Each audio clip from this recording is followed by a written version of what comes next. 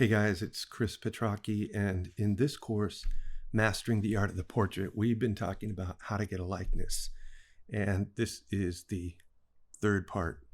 If you haven't seen the other two, go back and watch them. They've got a lot of great information. I wanted to start out with a quote from David Jameson, great drawing teacher. It's really worth listening to what he has to say. He says, and I quote, "Modeling form is a task of organizing values as well as recording their shapes and positions. The first requires a careful arrangement of the forms we see, their shapes, sizes, and positions, and then a careful comparison of their relative values." Okay, so one of the main tasks we have to do, we've been talking about in the previous segments, plumb lines to find the tilt or the twist of the head, to measure placement of things. We've talked about enveloping the head in an envelope, drawing from general to specific, from the outside in. We've talked about sighting angles, lots of important stuff. And so today we're going to talk about modeling form. And so to do that, we have to learn to make crucial value distinctions. And so for that, we need to understand value and its relationship to form and how light reveals form, because structure needs light to reveal it. So as I'm saying all this, remember, don't let your assumptions get the better of you. Okay, try to see what's actually there. And this just means that you have to look very carefully and like a dumb Xerox, like we've talked about before. To get likeness, you have to have structural knowledge of the head and proportional knowledge. If you know some structure and proportion and a little bit of anatomy, and I'm not going to talk about anatomy here today, then you're not married to copying. That's a good thing. So anytime we talk about structure, we're talking about relationship. Structure is the relationship of the whole to the parts. Structures form in the real world. If you can describe the form, this is important. If you can describe the form and its direction in space, then you are essentially drawing. You describe form using planes and showing the plane changes of an object. Let me repeat that. You describe form using planes and showing the plane changes of an object. So I wanted to start off with showing structure and its relationship to light and value. So if we take this rather flat silhouette and we suddenly, let's say we turn the lights on, what we're going to see is the plane changes revealed, the 3D structure revealed. So we can clearly see these plane changes. Some of the plane changes come toward us like this plane, and some go away from us like the dark and the light planes. Okay, so the principle here that we want to internalize is that a different value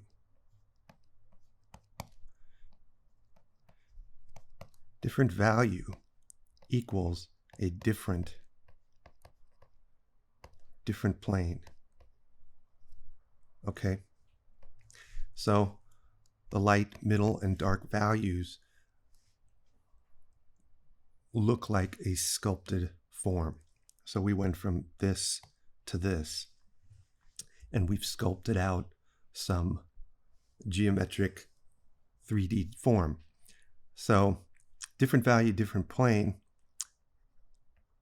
If we can say that, we can say this: same value equals the same plane.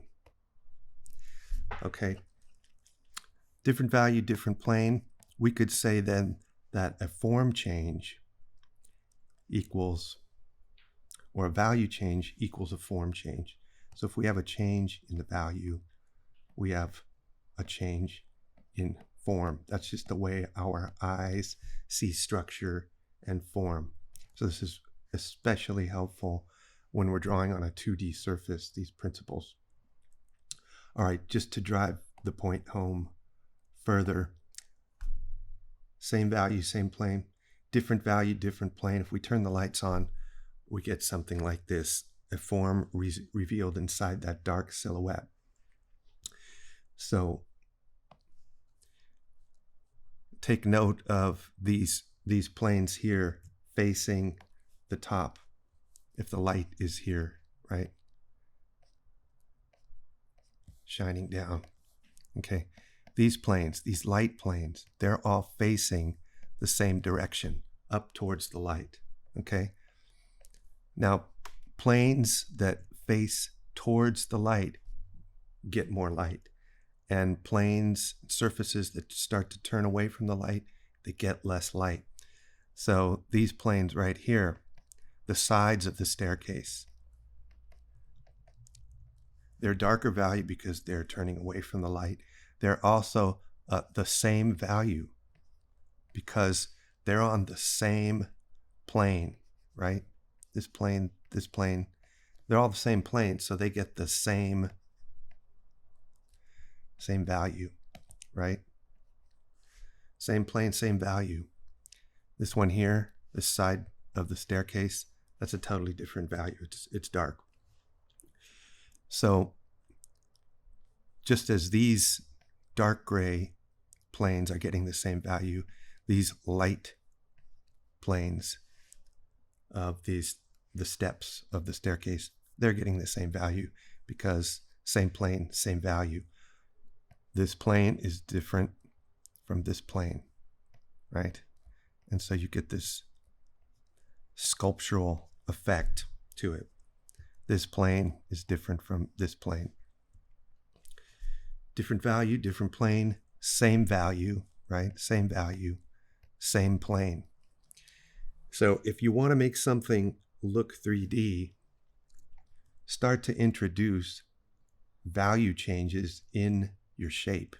And so I think you get that point, but it's very important to internalize this. Different value, different plane, same value, same plane. And it just helps you build form in space. All right, so we looked at how value builds form and its relationship to light and structure. And then we need to talk about the hierarchy of form. So primary and secondary and tertiary forms. So small forms sit on medium forms, right? And those medium forms sit on still larger forms. So maybe you have, something like a log, right? And then you have a bump on a log, right? And then you might have some micro details, but that you have a primary form, you have a secondary form, and then you have these tertiary or micro details. So here's the primary form, the secondary form, and the tertiary form is here. And then you have your micro details. Micro details, those are cuts, pores, textures, and so on. Okay. So that's how you build realistic form. Okay, going from the general to the specific. So in order to model form, we must first learn to organize the values we see into a binary light side, dark side relationship. So that means that for every visible dark passage, right? Every visible dark passage we see on the model, there must be a corresponding light passage that represents the light side. So every light side has a dark side, every dark side has a light side. The smaller bumps that influence what we see, they do influence what we see, and they each have a light side and not so light side. If we don't take them into account and we just make the surface of the skin look too smooth, then it can start looking unreal and like a plastic mannequin, really. So the bumps are there and we've got to take them into account. So we're looking for dark and light shapes that interlock.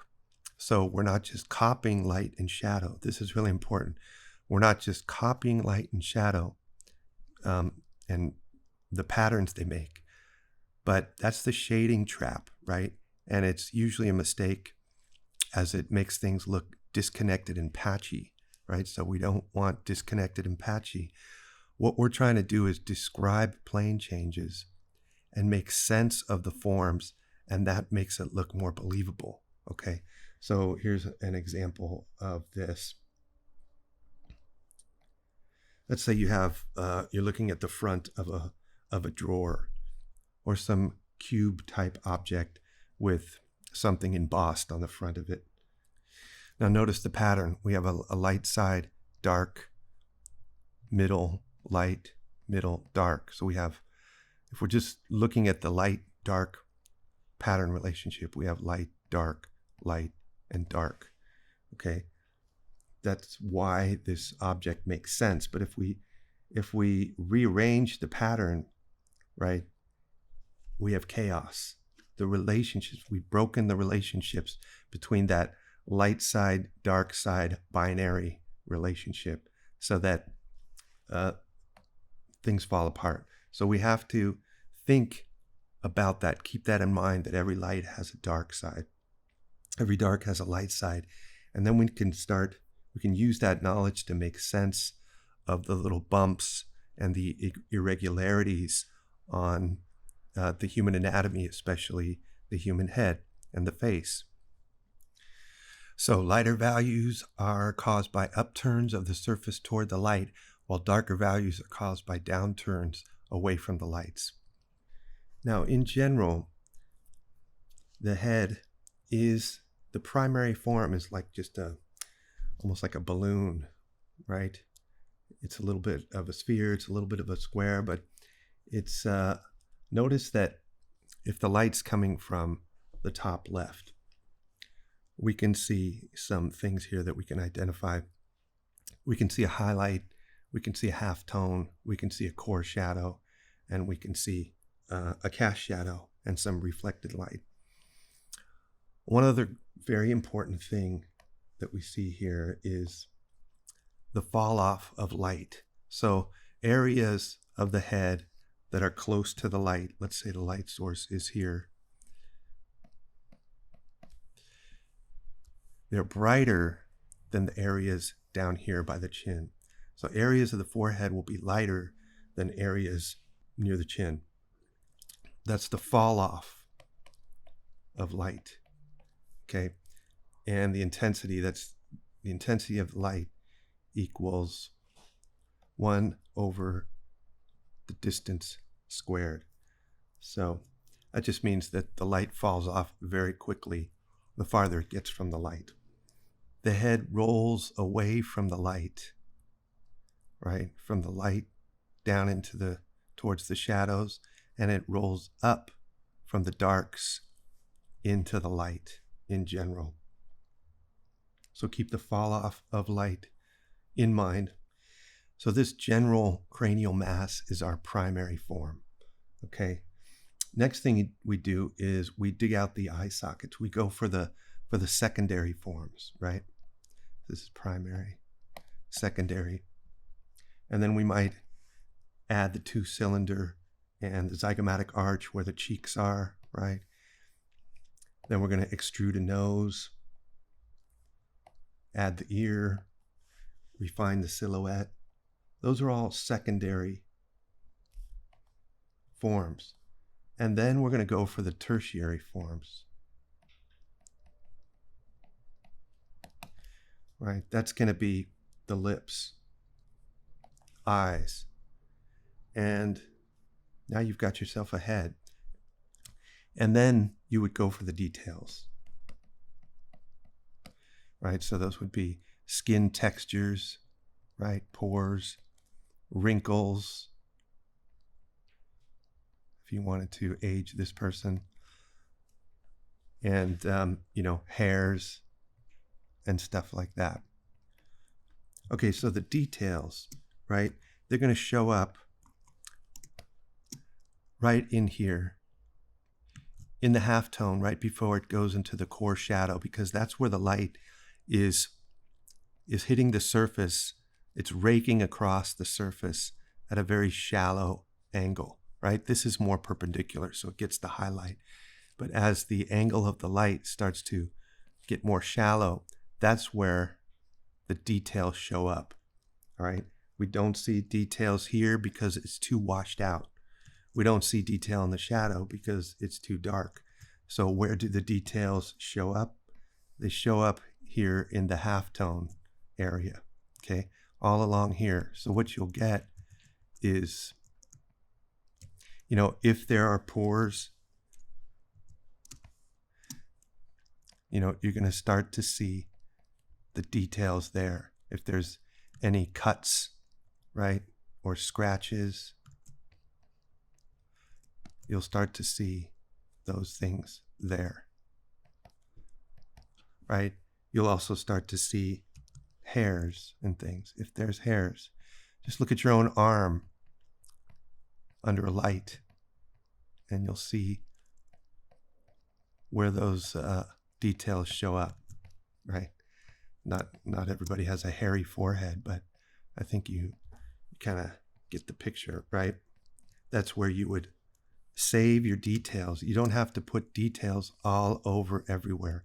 Save them for those areas where they actually show up in reality, right? And in your drawing, it makes it look more real if you put that in selected places in your drawing rather than everywhere. Because the contrast of texture against smooth will make your drawing appear more believable. Okay, so now I'm going to do a little critique on a couple of students from my Mastering the Art of the Portrait course. And so let's put this over here. Oksana Siba, and she has drawn Sean Connery. So let's take a look in light of what we talked about and see if we can just do a little demo here. So just want to make this bright enough. Okay. So now, first thing that I notice is that everything looks pretty flat, right? There's a little change here. Now, why is that? It's because of the different value, different plane principle, right? If we have different values, that's different, shows different planes, it conveys different planes, and that conveys form. If we don't have different value, we're going to have, to our eye, it's just going to say, this is all the same. There are no plane changes. There's no form in here, right? So this is more of a same value, same plane. All this is the same plane. And so it looks flat, right? All this is the same plane pretty much. So it just has a flat appearance.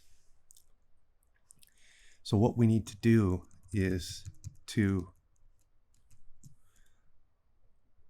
start to create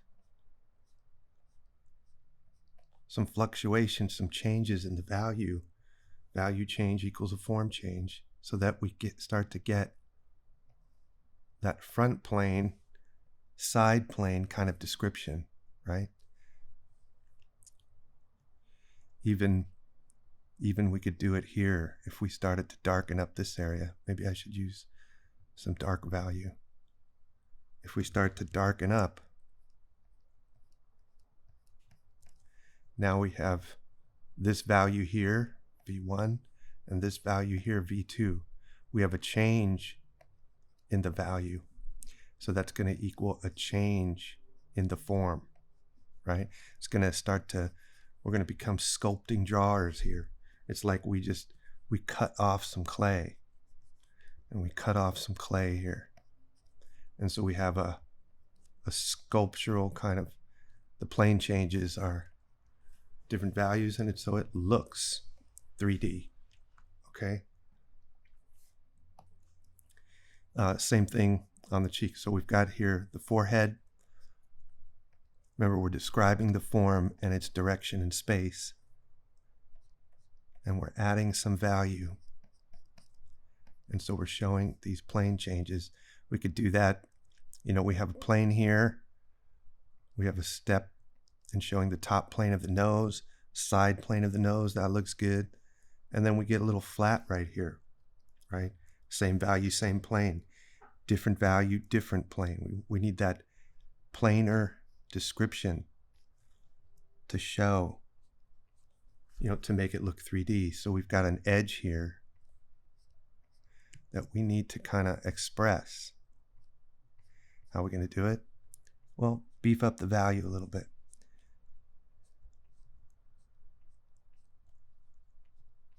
Right? I could do this cross-hatching. I could go with the direction of the surface of the form, or I could just, I could block in. It's a little too dark. Right? I could just use value instead of cross-hatching.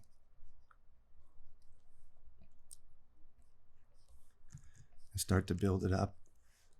But either way, we're going to have two different values, right? One here and one here. And that edge in between, depending on if it's a hard edge or soft edge, is going to tell us the quality of that form. Is it going away from the light quickly with a hard edge, or is it going away from the light slowly, in which case we'd have a soft edge. So we can soften that up a little bit, right? From that zygomatic arch into the side plane of the cheek. Same thing here. We're going to have a soft edge, but still that plane change is enough to where it reads to our eye that is a 3D kind of thing.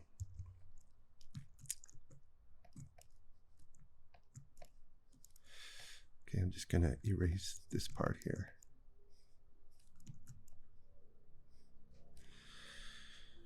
Okay, so then what we have is, instead of going flat, we've got now a step from front plane to side plane. Front part of the cheek, side part of the head, or side part of the cheek. Okay.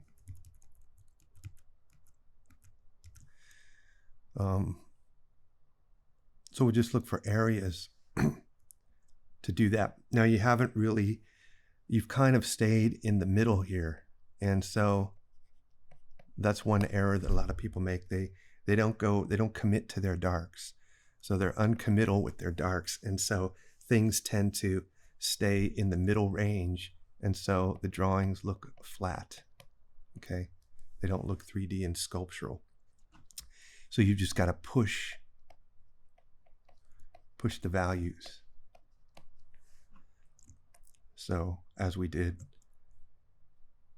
and you can push them, right, a little bit more in the shadows.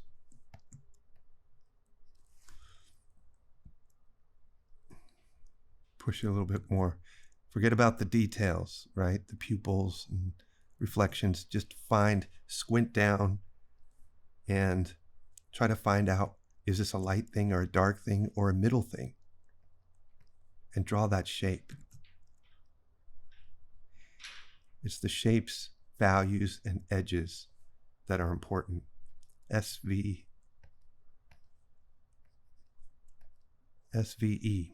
Shapes, values, edges, right? Don't draw the hairs, right? Don't draw the hairs. No. Squint down and draw the shape and the value. So you gotta get familiar with your value scale and understand, if it's a dark thing, how to express that, how hard to press with your drawing tool or your painting tool, or how light, if it's a light thing. Right, all in here. Right, you could go lighter in here to express that change in direction between the side plane of the nose and the front of the cheek.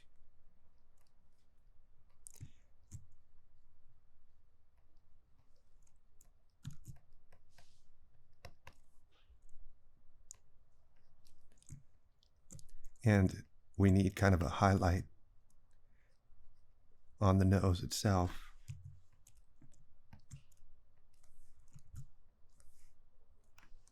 And that's going to help a lot to show the corner and the top plane.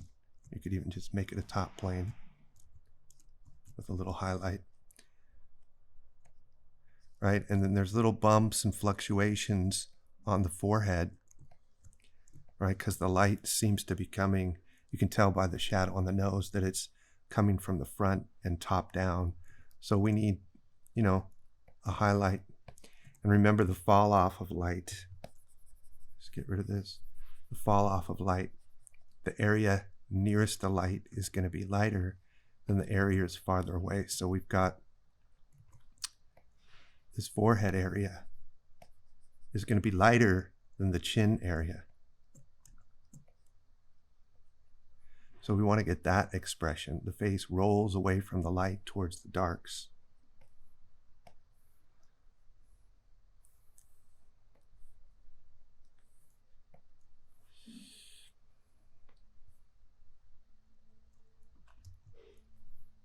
Okay, something like that.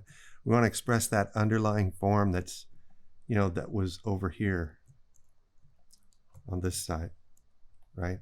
We had that very simple cranial mass at the beginning. So we want to show that. And so things down in this area are not going to be as light as things in this area, because the things here by the chin are farther away, but they will have a little bit of lightness to them, right? Bottom lip is facing towards the light. That'll be darker than the upper lip. Areas of the chin, we have a top plane of the chin, so that's going to get some light. So we're making it look, little by little, we're making it look 3D. And that's how it is, little by little, okay? Step by step.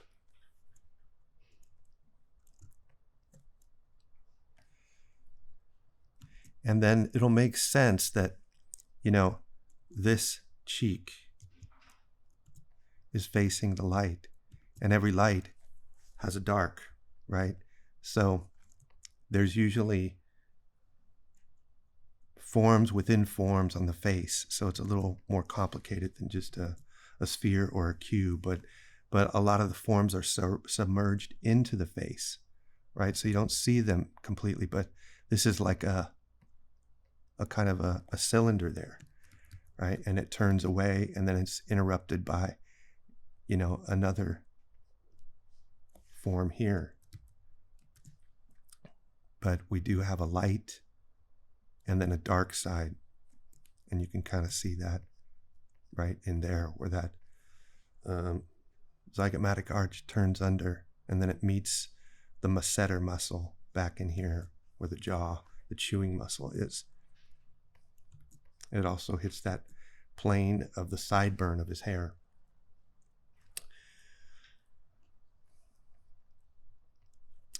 So if you're looking at the forms of the face, that binary light-dark combination will help you to look at some of these, bumps like this crease here,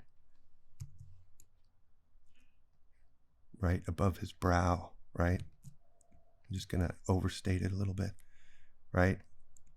That's turning away from the light. Here's the light side, and then here is the dark side. And then there's a plane change again. We get a light side and a middle and a dark. So if there's a light side here, there must be a dark side somewhere else. We need to look for it, and there is, and it's there. So these wrinkles start to just become, they're rolling away from or towards the light.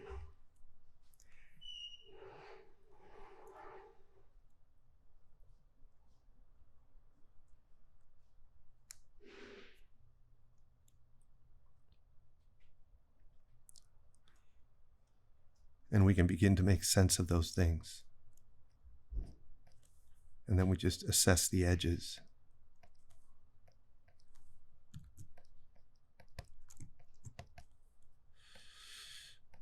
Remember, if it gets out of value and we have too much dark in the light, it'll start to look dirty.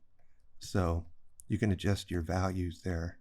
I kind of overstated these just to make a point, but I have to knock them back a little, knock the darks back, make them lighter, in other words, so that it doesn't look dirty.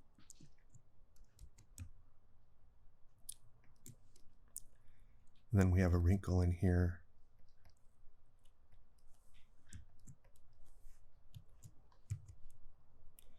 And they're just simple forms interlocked together in a certain arrangement that make it look like a face. Right, top plane of this form turns away, right? That nostril turns away so it gets darker, and then it finally turns under and becomes a shadow. That's all it is. It's not rocket science. And then there's the edge between, hard or soft. Right? It's form shadow, so it's going to be soft-ish on this particular piece of anatomy. Okay, so you've got to push your darks and your lights. You're too much in the middle. It's because you're not kind of confident yet. But go ahead and make some mistakes. Push those things because it's going to make your drawings look more 3D. Okay, because you had him pretty well looking like Sean Connery. I could tell it was him. Now it's about the drawing from the inside out and using your values to make it look more believable, make it look more sculptural.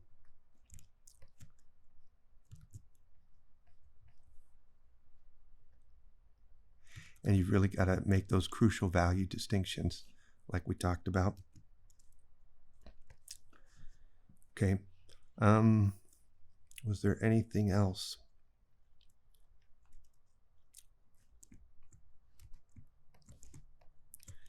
Let's just add some contrast here so that the beard looks a little bit lighter than the turtleneck. And that's going to help the beard pop forward.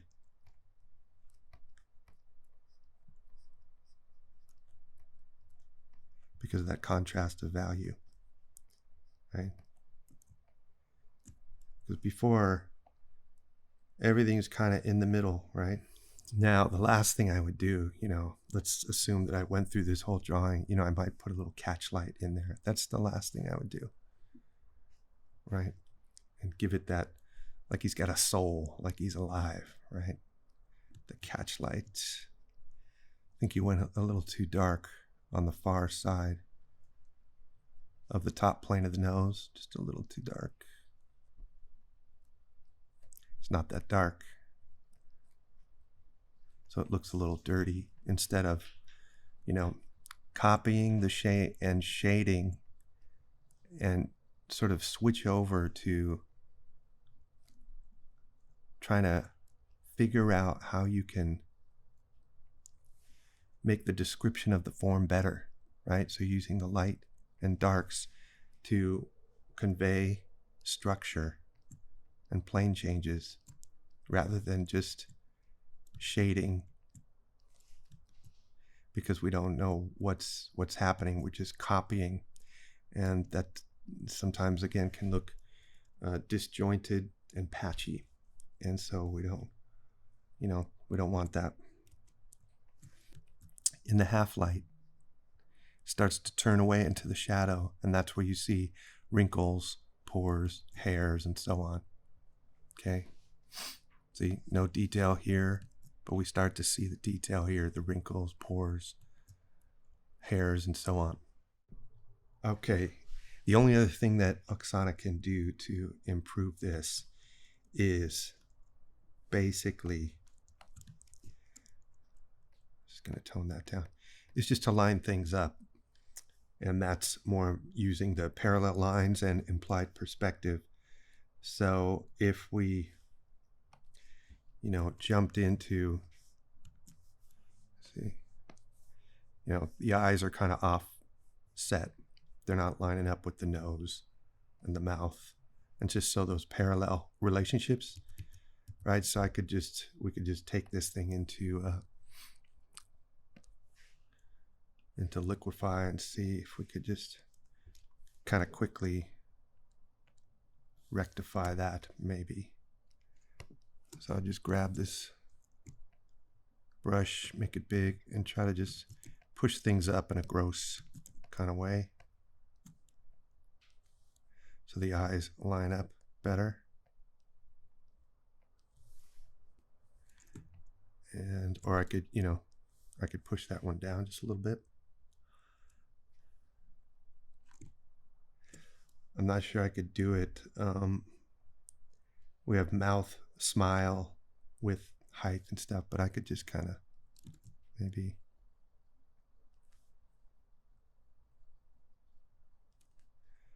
maybe squeeze a little more architecture out of this in that tooth cylinder area. Right, that could help. So went from that to that. And it's a little bit better. At least these features line up in a parallel way vertically.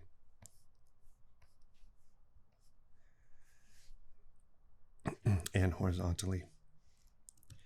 Okay, so that's about it. I hope you guys got a lot out of this. How to get a likeness, part 3. Thanks, Oksana Siba, for submitting your artwork for critique. Really appreciate that. And we'll see you guys next time. Bye-bye.